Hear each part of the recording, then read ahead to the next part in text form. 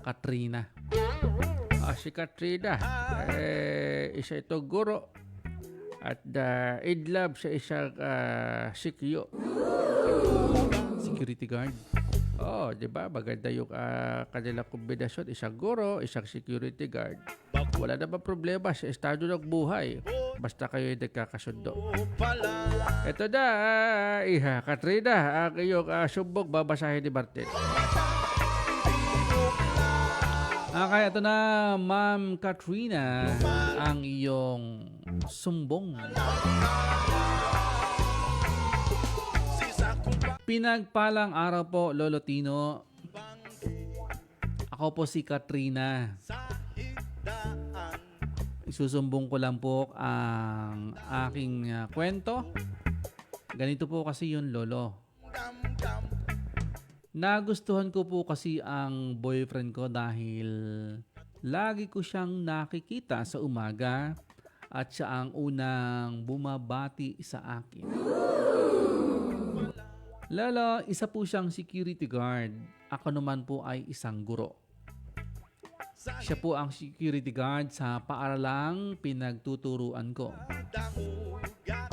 Lolo, ayaw ng mga magulang ko sa kanya. Kahit gwapo at mabait at palabati. Yun yung nagustuhan ko sa kanya, Lolo. Alam niyo po ba, Lolo, na nabubuo ang araw ko kapag good mood at nag-good morning siya sa akin. At Lolo, talaga pong nakakahawa ang kanyang positive vibes. Lolo, sabi ng mga magulang ko ay baka naman daw babaero yung aking boyfriend at nakuha lang daw po ako sa buladas niya. Lolo, sa palagay ko naman po ay hindi naman. Nang manligaw sa akin ay inamin niya na meron siyang dating girlfriend. At sinabi niya sa akin na hindi naman daw lahat ng pogi ay babaero. Kaya hindi ko alam to yung mga apo ko sa tabi-tabi. Sige, tuloy mo pagbabasay ho. Lolo, naikwento ng aking boyfriend na yung dati niyang girlfriend ay medyo mataas daw ang pride nung family nito. At sinabihan pa daw at narinig niya na humanap na lang daw ng mas mayaman yung girl at may pinag-aralan. At hindi katulad niya na security guard lang daw. Lolo, sabi ko naman sa kanya, wala sa akin kung isa kang simpleng guard. Basta mahal mo ako at mahal din kita. Lolo, sa madaling salita ay nagkagustuhan kami.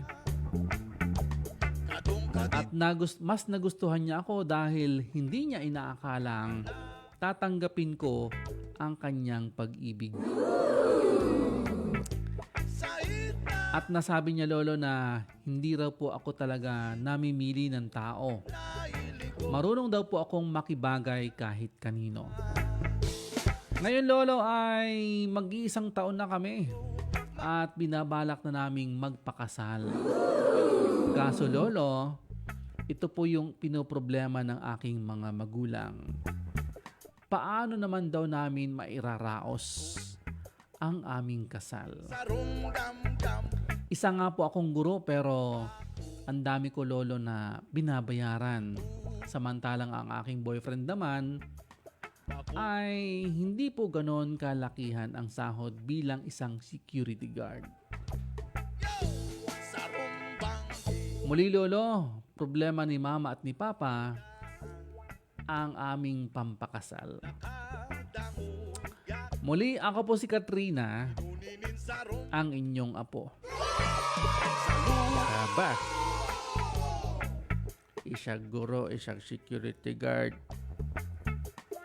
Kakaiba yung kanilang kwento ng pag-ibig. Yung galak sabi mo ka, marami kang utang na binabayaran. Hindi nawawala sa isang guro yan no? Madalas nahuhuli yung sahod. Ang security guard naman, hindi man ganun kalakihan. Minsan na ano pa yan, natatapos yung kontrata. Panibagong ahensya na naman yung lalapitan o papasukan. Kaya nga po. Ngayon, magpapakasal, problema ng magulang yung papakasal. Bagamat sila ay nasa hustong gulang na, syempre, kahit sino naman,